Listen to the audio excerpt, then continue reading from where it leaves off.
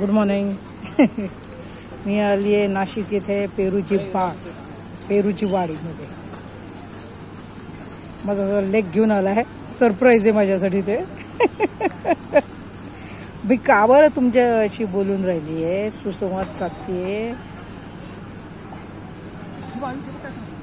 हल्लीच्या फास्ट जीवनात सुद्धा असं शॉर्ट ट्रिप करायला पाहिजे, हा माझा उद्देश आहे.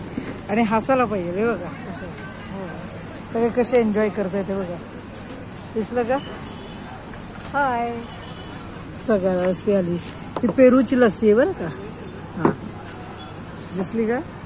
ही पेरूची लस्सी आहे. आता आपल्या हास्याचं नाव येणार आहे पेरू लस्सी हास्य.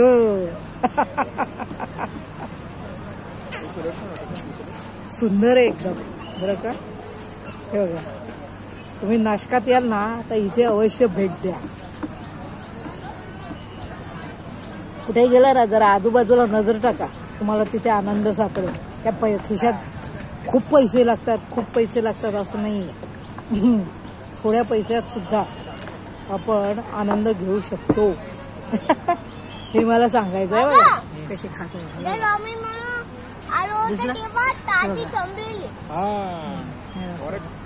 अशा आनंदात राहायला शिका. आजूबाजूला निसर्ग आहे, त्याचा उपभोग घ्या. आता पेरूची पावसाळा येईल, प्लॅस्टिकची पिशवी घ्या, त्याच्यात माती टाका, त्याच्यात पेरूची बिया लावा. सीताफळाचं बी लावा, सफरचंदाचं बी लावा, टोमॅटोचं, मिरची, असे छोटे छोटे रोपं तयार करा आणि ती रोपं पुढच्या पिढीजवळनं लावून घ्या बरं का.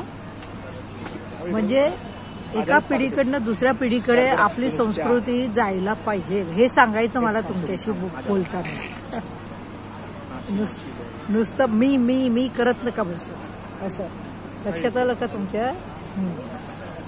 हे बघा किती छान आहे.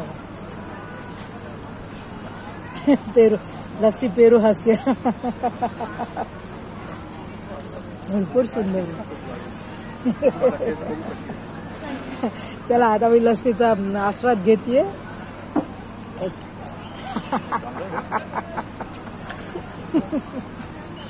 धन्यवाद. चला भेटूयात परत. काय